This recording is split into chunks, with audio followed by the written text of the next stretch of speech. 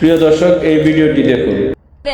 শহীদরা কখনো মরে না, তারা সারা জীবন আমাদের মতো, আমাদের সামনে যেহেতু আছে সাহসী ভাইদের মধ্যে বেঁচে থাকে। আমার স্বামীর ইচ্ছা ছিল ন্যায় ইনসাফ ভিত্তিক রাষ্ট্র গঠন হবে। এখন সেই সময় এসেছে ন্যায় ও ইনসাফ ভিত্তিক রাষ্ট্র গঠন করার। আমি সবাইকে বলবো, আপনারা ঐক্যবদ্ধভাবে দেশে ন্যায় ও ইনসাফ ভিত্তিক রাষ্ট্র গঠনের জন্য লড়ে যাবেন। আমি মনে করি জামাতে ইসলামের কর্মী শুধু আমার স্বামী নয়, যারা আছে কর্মী তারা সকলেই শহীদি তামান্না বুকে নিয়ে এই রাজপথে নেমেছে। তারা ন্যায় ও ইনসাফ ভিত্তিক রাষ্ট্র গঠন করেই ঘরে ফিরবে। আমরা সকলেই চাই ন্যায় ও ইনসাফ ভিত্তিক রাষ্ট্র।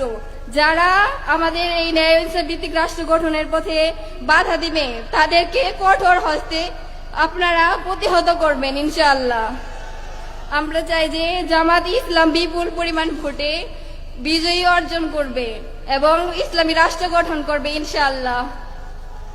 আপনাদের কাছে বলতে চাই যে আমার ছোট্ট মাসুম বাচ্চার জন্য আপনারা দোয়া করবেন। সে সারাক্ষণ বলে, আমার বাবা কোথায় গেছে, আমার বাবাকে এনে দাও।